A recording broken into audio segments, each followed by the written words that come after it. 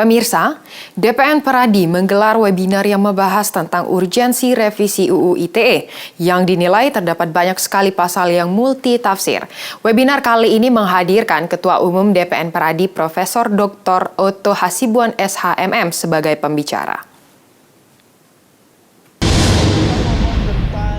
Kebebasan berpendapat itu sebenarnya menurut saya adalah sebuah... Dewan Pimpinan Nasional Perhimpunan Advokat Indonesia DPN Peradi mengadakan webinar membahas urgensi revisi UU ITE yang dilaksanakan di kantor DPN Peradi Selipi, Jakarta Barat.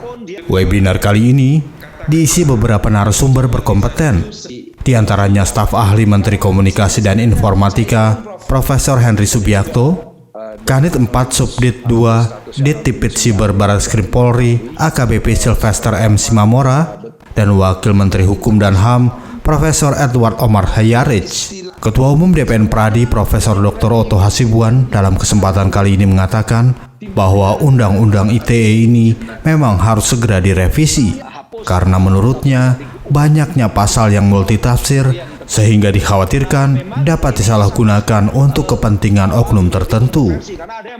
Ya, poin daripada webinar itu adalah kita menangkap pesan dari Presiden kita, ya, Bapak Jokowi, yang menyatakan bahwa bila mana undang-undang itu dirasakan lagi tidak adil, ya perlu direvisi, kan gitu.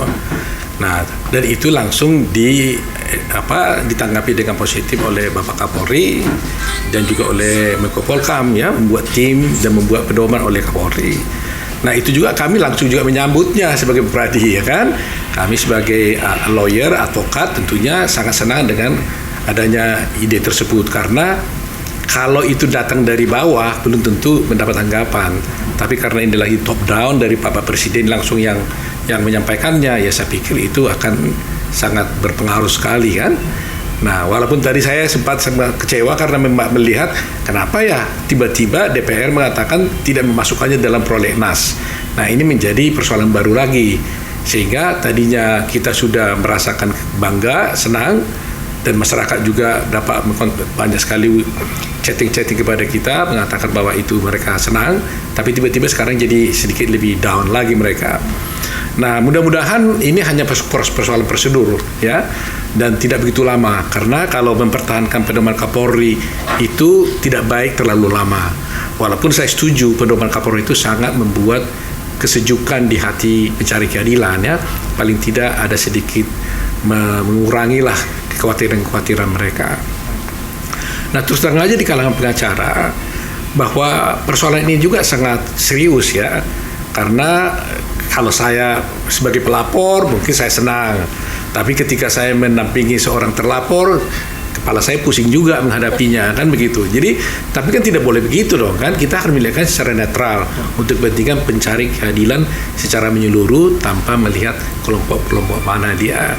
Jadi saya selalu katakan pada advokat bahwa advokat jangan sampai ada rasa takut yang luar biasa untuk menegakkan keadilan.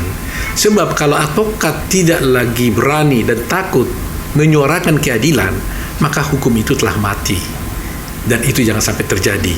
Apalagi takutnya itu gara-gara undang ITE. Nah, mudah-mudahan itu jangan terjadi.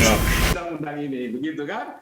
Otto juga menyampaikan kekecewaannya kepada DPR lantaran wacana agenda pembahasan revisi UU ITE tidak masuk ke dalam prolegnas pada tahun ini.